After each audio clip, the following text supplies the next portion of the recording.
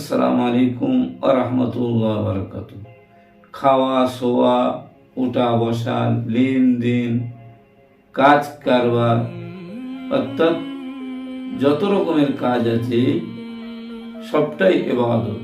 নামাজ পড়া যেরকম ইবাদত, তাসবিহ পাঠ করা ইবাদত, তেমনি ভাবে খাওয়াও হচ্ছে ইবাদত। যে খাবার, গরু ছাগল, আল্লাহ আরো অনেক জীব আছে, তাদেরও খিদে লাগে, তারাও খায়।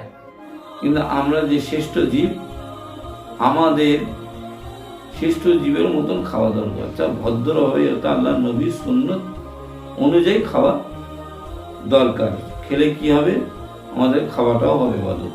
তাই খাবার মধ্যে টোটাল 14টি সুন্নত আছে।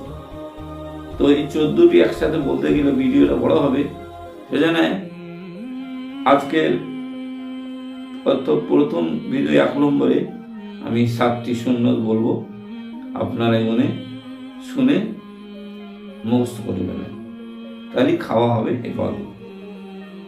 1 নম্বর, দস্তরখান বিছানো, বুখারী। 2 হাত কবজি পর্যন্ত ধোয়া, ধুয়ে না মোছা, তিরমিজি।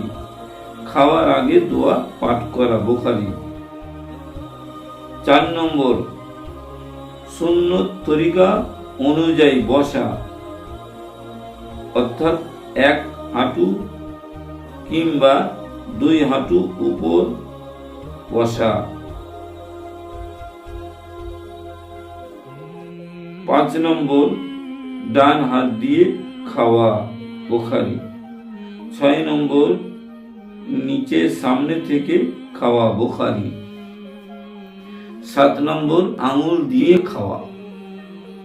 তো এই 7টি সুন্নাত, অর্থাৎ খাবার শুরুতে। তো আমরা এইগুলো যদি পালন করি তাহলে আমাদের খাওয়াটা হবে ভালো ইনশাআল্লাহ। আমরা সবাই মুসলমান নরনারী এই সুন্নত অনুযায়ী, অর্থাৎ আল্লাহ নবীজি খাওয়ার যে সুন্নত আছে এই অনুযায়ী আমরা খাওয়ার চেষ্টা করবো। আখির দাওয়ানা আলহামদুলিল্লাহ।